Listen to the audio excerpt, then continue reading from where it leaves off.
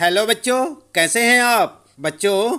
आज हम पढ़ेंगे कक्षा 8 विज्ञान यानी साइंस का पहला अध्याय फसल उत्पादन एवं प्रबंध। हम आपको बताएंगे बच्चों इस पाठ से संबंधित प्रश्नों के उत्तर अभ्यास प्रश्न उत्तर में। तो आप भी लगातार देखते रहें वीडियो और जुड़े रहें हमारे साथ। तो चलिए शुरू करते हैं। सबसे पहला प्रश्न है यहाँ पर आपका, उचित शब्द छांटकर रिक्त स्थानों की पूर्ति कीजिए। और यहाँ पर आपके लिए शब्द हैं बच्चों, तैरने, जल, फसल, पोषक और तैयारी। ठीक है, इनमें से आपको एक शब्द रिक्त स्थान में भरना होगा। और यहाँ पर आपके लिए कह है, एक स्थान पर एक ही प्रकार के बड़ी मात्रा में उगाए गए पौधों को कहते हैं। तो यहाँ पर आपको लिखना है क्या कहते हैं इनको। अगला है बच्चों ख, फसल उगाने से पहले प्रथम चरण मिट्टी की होती है। तो क्या होती है यहाँ पर आपको लिखना होगा। इसी प्रकार से ग है, क्षतिग्रस्त बीज जल की सतह पर, और यहाँ पर आपको लिखना होगा, ये रिक्त स्थान है, लगेंगे। ठीक है। और फिर यहाँ पर घ, फसल उगाने के लिए पर्याप्त सूर्य का प्रकाश एवं मिट्टी से, और फिर ये रिक्त स्थान है तथा फिर रिक्त स्थान है आवश्यक है। तो इन रिक्त स्थानों को आपने भरना है। उत्तर में आइए देख लेते हैं किसमें आप क्या लिख सकते हैं। उत्तर में आप क के लिए लिखेंगे फसल। ठीक है, जो क का रिक्त स्थान है यहाँ पर आप लिख सकते हैं फसल। ख के लिए लिखेंगे तैयारी। ठीक है, और ग में लिखेंगे तैरने। आई बात समझ में। इसी प्रकार से घ के लिए लिखेंगे पोषक, और जो घ का दूसरा है इसमें लिखेंगे जल। यानी कि घ वाले में दो रिक्त स्थान आपके पास हैं, एक में लिखेंगे पोषक, एक में जल। ठीक है, और आपके प्रश्न का उत्तर हो जाएगा। इसके बाद बच्चों दूसरा प्रश्न है, कॉलम ए में दिए गए शब्दों का मिलान कॉलम बी से कीजिए। और यहाँ पर आप देख सकते हैं दो कॉलम दिए गए हैं बच्चों, देख रहे हैं ना आप। यहाँ पर कॉलम ए में है, फर्स्ट है खरीफ फसल, सेकंड है रबी फसल, थर्ड है रासायनिक उर्वर, और चौथा है कार्बनिक खाद। और बी कॉलम में आप देख सकते हैं, ए है मवेशियों का चारा, बी है यूरिया एवं सुपर फास्फेट, सी है पशु अवशिष्ट गोबर मूत्र एवं पादप अवशेष, और डी है गेहूं चना मटर, और ई है धान एवं मक्का। आई बात समझ में। तो आपने ए और बी का मिलान करना है। ठीक है बच्चों, कैसे करेंगे आइए देख लेते हैं। फर्स्ट के साथ आप ई को मिलाएंगे, सेकंड के साथ डी, थर्ड के साथ बी, और फोर्थ के साथ सी। ठीक है, आप ऐसे मिलान करेंगे, फर्स्ट के साथ ई वाला, सेकंड के साथ डी वाला, थर्ड के साथ बी वाला, और फोर्थ के साथ सी वाला। ठीक है, और इस प्रकार से आपके ए कॉलम का मिलान बी कॉलम के साथ हो जाएगा। आई बात समझ में। इसके बाद बच्चों फिर शुरू होता है आपका तीसरा प्रश्न है, निम्न के दो दो उदाहरण दीजिए। और क है खरीफ फसल और ख है रबी फसल। तो आपने इनके दो दो उदाहरण देने हैं। क्या लिखेंगे आप उत्तर में। उत्तर में आप लिख सकते हैं, सबसे पहले लिखेंगे खरीफ फसल, और इसके दो उदाहरण लिखेंगे धान एवं मक्का। ठीक है, फिर लिखेंगे रबी फसल, और इसके दो उदाहरण गेहूं एवं चना। ठीक है, और आपके प्रश्न का उत्तर हो जाएगा। अगला है बच्चों चौथा प्रश्न, निम्न पर अपने शब्दों में एक एक पैराग्राफ लिखिए। तो आपने इन चारों पर एक एक पैराग्राफ लिखना है। पहला है मिट्टी तैयार करना, फिर है बुआई, फिर निराई, और फिर थ्रेसिंग। तो आपने इन पर एक एक पैराग्राफ लिखना है। कैसे लिखेंगे बच्चों, उत्तर में देख लेते हैं। सबसे पहले लिखेंगे मिट्टी तैयार करना, और हेडिंग डालकर इस पे एक पैराग्राफ लिखेंगे। यह प्रक्रिया फसल उगाने का प्रथम चरण है। मिट्टी को पलटने और पोला बनाने से पौधों की जड़ें गहराई तक जाकर श्वसन कर सकती हैं। पोली बनाई हुई मिट्टी में केंचुओं और सूक्ष्म जीवों को वृद्धि में सहायता मिलती है, तथा ये मिट्टी को और अधिक पोला कर ह्यूमस बनाते हैं। इसके अतिरिक्त मिट्टी पलटने से पोषक पदार्थ ऊपर आ जाते हैं, जो अच्छी फसल उगाने में अत्यंत महत्वपूर्ण होते हैं। ठीक है, इसके बाद ख लिखेंगे बुआई, और यहाँ पर हेडिंग डालकर डैश करके लिखें, यह फसल उत्पादन का महत्वपूर्ण चरण है। मिट्टी को तैयार करने के पश्चात खेत में बीज बोए जाते हैं। उचित दूरी एवं गहराई पर खेत में बीज बोना बुआई कहलाता है। बुआई के लिए अच्छी गुणवत्ता किस्म के साफ एवं स्वस्थ बीजों का चुनाव करना जरूरी होता है। उचित बीजों को चुनने के बाद इन बीजों को उचित गहराई तथा उचित दूरी पर बोना चाहिए, ताकि प्रत्येक पौधे को पर्याप्त हवा, प्रकाश यानी कि ताप, खनिज एवं पानी मिल सके। बुआई के लिए निम्नलिखित विधियों का प्रयोग किया जाता है। और कौन कौन सी विधियां हैं आप लिख सकते हैं। नंबर 1 पारंपरिक उपकरण और नंबर 2 सीड ड्रिल। ठीक है। इसके बाद तीसरा लिखेंगे गै निराई और इस पर भी आपको एक पैराग्राफ लिखना है। उत्तर में आप लिख सकते हैं बच्चों, खरपतवार हटाने को निराई कहते हैं। निराई नहीं करने से खरपतवार जल, पोषक तत्व आदि ग्रहण कर फसल की वृद्धि को प्रभावित कर सकते हैं। फसल उगाने से पहले खेत जोतने पर धूप के कारण खरपतवार मर जाते हैं और मिट्टी में मिल जाते हैं। खरपतवार हटाने का सबसे सही समय फूल एवं बीज बनने से पहले होना चाहिए। खरपतवार को हाथ, खुरपी आदि की सहायता से हटाया जा सकता है। ठीक है। इसके बाद अगला लिखेंगे थ्रेसिंग। यहाँ पर हेडिंग डालकर लिखेंगे, खेतों से काटी गई फसल से बीजों या दानों को भूसे से अलग करने के प्रक्रम को थ्रेसिंग कहा जाता है।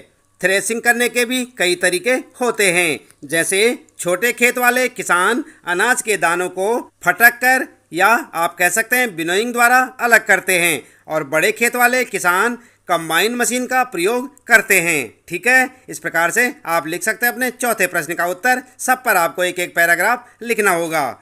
इसके बाद बच्चों पांचवा प्रश्न शुरू होता है यहाँ पर आपका और इसमें पूछा है, स्पष्ट कीजिए कि उर्वरक खाद से किस प्रकार भिन्न है। तो आप जानते हैं बच्चों किस प्रकार भिन्न है। उत्तर में आप लिख सकते हैं उर्वरक और खाद में भिन्नता और हेडिंग डालकर डैश करके लिखें। नंबर 1 खाद एक प्राकृतिक पदार्थ है जो गोबर, मानव अपशिष्ट एवं पौधों के अवशेष के विघटन से प्राप्त होता है, जबकि उर्वरक एक अकार्बनिक लवण है। आई बात समझ में। इसके बाद दूसरा पॉइंट लिखेंगे, खाद खेतों में बनाई जाती है जबकि उर्वरक का उत्पादन कारखानों में होता है। तीसरा लिखेंगे बच्चों, इससे मिट्टी को प्रचुर मात्रा में ह्यूमस प्राप्त होता है जबकि उर्वरक से मिट्टी को ह्यूमस प्राप्त नहीं होता। चौथा लिखेंगे, इसमें पादप पोषक अपेक्षाकृत कम मात्रा में होते हैं जबकि इसमें पादप पोषक प्रचुरता में होते हैं। ठीक है। अगला लिखेंगे पांचवा, यह पानी में अघुलनशील होने के कारण इनका अवशोषण धीरे धीरे होता है। उर्वरक पानी में घुलनशील होने के कारण इनका अवशोषण शीघ्र हो जाता है। ठीक है। आगे लिखेंगे, उर्वरक की तुलना में खाद अच्छी मानी जाती है क्योंकि इससे मिट्टी की जल धारण क्षमता में वृद्धि होती है। इससे मिट्टी भुरभुरी हो जाती है जिससे गैस विनिमय सरलता से होता है। इससे जीवाणुओं की संख्या में वृद्धि होती है। इससे मिट्टी का गठन सुधर जाता है। ठीक है बच्चों, इस प्रकार से आप लिख सकते हैं अपने पांचवें प्रश्न का उत्तर। छठा प्रश्न है यहाँ पर, सिंचाई किसे कहते हैं? जल संरक्षित करने वाली सिंचाई की दो विधियों का वर्णन कीजिए। तो किस प्रकार से आप लिखेंगे दो विधियां बच्चों? उत्तर में आप लिख सकते हैं, फसलों को कृत्रिम रूप से आवश्यकता अनुसार पानी देना सिंचाई कहलाता है। आई बात समझ में। जीवित रहने के लिए पौधों को जल की आवश्यकता होती है। पौधों में लगभग 90% जल होता है। फसल की स्वस्थ वृद्धि के लिए मिट्टी की नमी को बनाए रखने की आवश्यकता होती है, जिसके लिए विभिन्न अंतराल पर खेत में जल देना सिंचाई कहलाता है। जल संरक्षित करने वाली सिंचाई की दो विधियां निम्नलिखित हैं और नंबर 1 लिखेंगे छिड़काव तंत्र और हेडिंग डालकर लिखें, इस विधि का इस्तेमाल असमतल भूमि जहां पर जल कम मात्रा में उपलब्ध हो उसके लिए किया जाता है। इसमें नलों के ऊपर घूमने वाले नोजल लगे होते हैं। जब पंप से जल मुख्य पाइप में भेजा जाता है तो वह घूमते हुए नोजल से बाहर निकलकर वर्षा की भांति छिड़काव करता है। यह विधि बलुई मिट्टी के लिए अत्यंत उपयुक्त है। ठीक है। इसके बाद दूसरी हेडिंग लिखेंगे ड्रिप तंत्र और डैश करके लिखेंगे बच्चों, इसमें जल बूंद बूंद करके पौधों पर गिरता है और बेकार नहीं होता। यह कम पानी वाले क्षेत्रों के लिए एक वरदान है। यह विधि फलदार पौधों, बगीचों आदि को पानी देने का सर्वोत्तम तरीका है। ठीक है। और आपके छठे प्रश्न का उत्तर हो जाएगा। सातवां प्रश्न है बच्चों, यदि गेहूं को खरीफ ऋतु में उगाया जाए तो क्या होगा? चर्चा कीजिए। तो उत्तर में आप लिख सकते हैं बच्चों, गेहूं एक रबी फसल है। इसे शीत ऋतु में उगाया जाता है। खरीफ ऋतु जून से सितंबर तक होती है। इस समय वर्षा काफ़ी अधिक मात्रा में होती है, इसलिए इसे वर्षा ऋतु भी कहते हैं। यदि गेहूं को इस समय उगाया जाए तो गेहूं के पौधे अधिक मात्रा में पानी मिलने की वजह से सड़कर खराब हो जाएंगे और फसल बर्बाद हो जाएगी। ठीक है। आई बात समझ में। अगला प्रश्न है बच्चों आठवां, खेत में लगातार फसल उगाने से मिट्टी पर क्या प्रभाव पड़ता है? व्याख्या कीजिए। तो क्या लिखेंगे आप बच्चों, क्या प्रभाव पड़ता है? उत्तर में आप लिख सकते हैं, खेत में लगातार फसल उगाने से मिट्टी में कुछ पोषक तत्वों की कमी हो जाती है, जिससे उसकी उर्वरता भी कम हो जाती है। यही कारण है कि खेत में लगातार फसल नहीं उगानी चाहिए और खेत को कुछ समय के लिए पड़ती छोड़ देना चाहिए। एक अन्य तरीका फसल चक्रण है।